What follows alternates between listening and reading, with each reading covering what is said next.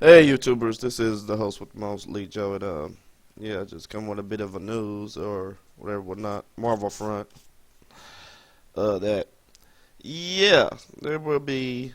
Yeah, they already announced that there will be a Captain America Civil War, and they announced today that there will be no Iron Man 4, but there will be a Captain America Civil War Part 2, and it will be split up in like probably 2.5 hour movies each of the Civil War. So you got a 5 hour movie, and that's piss. That's hella piss. But I kind of want it to be. I want it to be on two different spectrums. I want it to be. It'd be Captain America Civil War.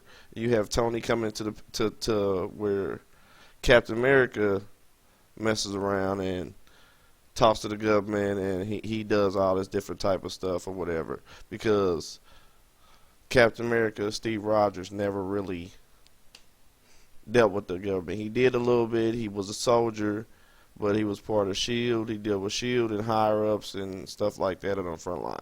He never really dealt with the people back at back at Congress that they like, because they consider Tony that type of a threat, and they don't consider Captain America that type of a threat. So it's kind of a company versus personal hero you got there. But see, where I want to happen, because it's too many moving parts and there's too many crossovers going in the Civil War arc and in the Age of Ultron arc. In both arcs, they are missing the Fantastic Four, Wolverine, and of course Spider-Man. We missing three major. Oh no, and the X-Men. So we're missing four major heroes or whatever from all different type of crossover comic books, how they tie in, and they do a lot of different stuff, and they make tie-in comic books. Okay, this is the end. This is their comic. This is the mainline comic. This is a couple other characters comics, and they tie them all together. So, and plus, Reed Richards was a big part of the Civil War. He was a real big part of the Civil War, and so was Johnny Torch, and so was the Invisible Woman. And I would love to see. Oh, I would love to see Jessica Alba in the movies, and Victor Von Doom. Victor Von Doom is part of the Infinity War arc. They was getting together, everybody. They like, hey, we got to go against this dude. Thanos is not playing around. He's trying to end the world. He's trying to become the new guy, or whatever have you. So we go good triumphs over evil. Go there. Adam Warlock. We ain't seen him yet, baby. But he's not going to have his own film, because he only comes in Great Times Apparel. He's usually in the Soul Gym. He is the Soul Gym. They haven't did a arc on the Soul Gym, and that's probably coming depending on when the next movies are coming. I think, yeah, Adam Warlock is coming, because he's coming Infinity War 1. He got to come straight out the gate, because that's how it starts. Oh yeah, Silver Surfer. Forgot about another one. We need the Silver Surfer back, but he did fly in outer space. But Fox owns the rights to it. We need a real collaboration crossover event from all these different studios to make the proper movies that I need to see. And the Infinity Gauntlet, the Infinity War, that is tops out my favorite, hands down, Marvel story. I mean, I'm a big Spider-Man fan, and Spider-Man was big in the Civil War, so I'm happy to do it, and I'm happy they splitting up into two movies. But if they gotta split Civil War up in two movies, they gotta split it up into three, and then they gotta have. Because they gotta have they gotta have it from Captain America's aspect or whatever, Then you got to have it from Tony Stark, who has all this major technology.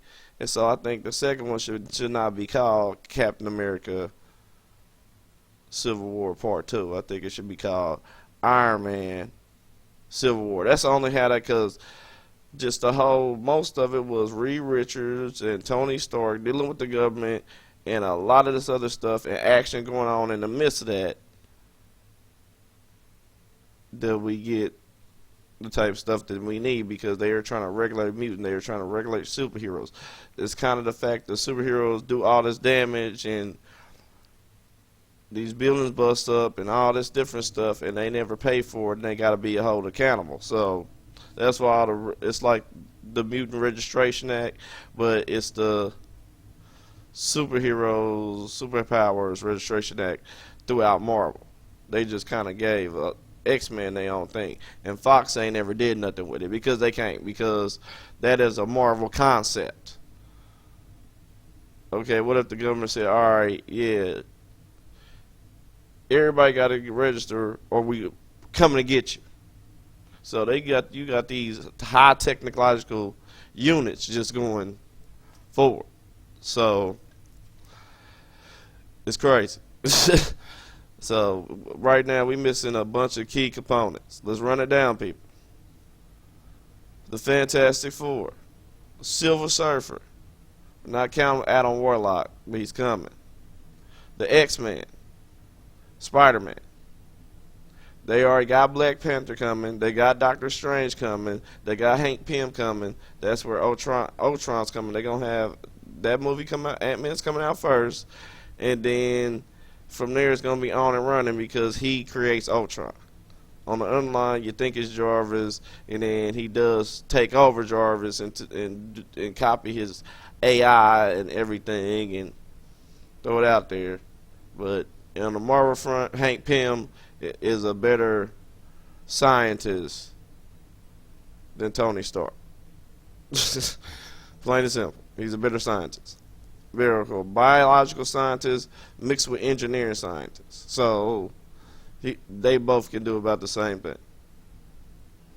So it's, yeah.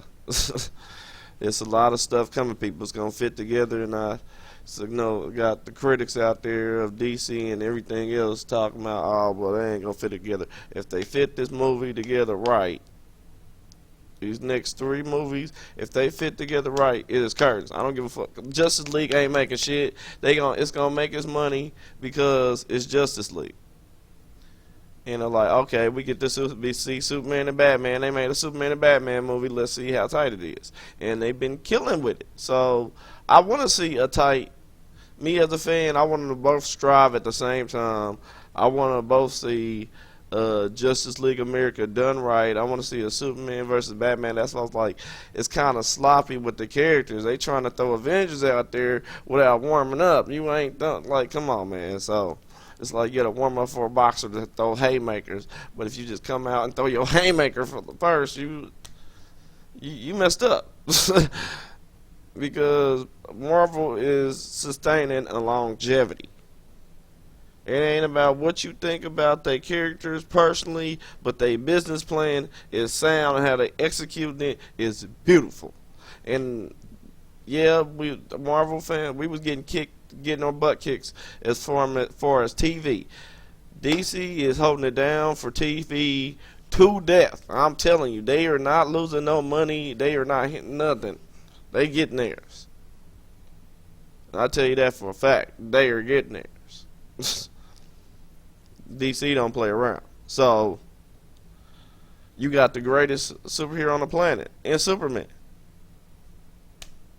And then you got the weakest, strongest superhero in Batman. Just DC just got too many renditions of one character. But with that being said, I kind of jumped around subjects a little bit. Hope you kept up with me. But that being said, like my channel, subscribe, and till the next time, YouTubers, you.